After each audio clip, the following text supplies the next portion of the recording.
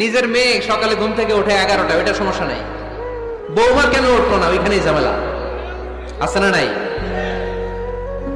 মেহেরবানি করে আপনার বৌমাকে আপনার নিজের মেয়ের মতো দেখেন। নিজের মেয়ের যেমনি আদর করেন তাকেও অমনি আদর করেন।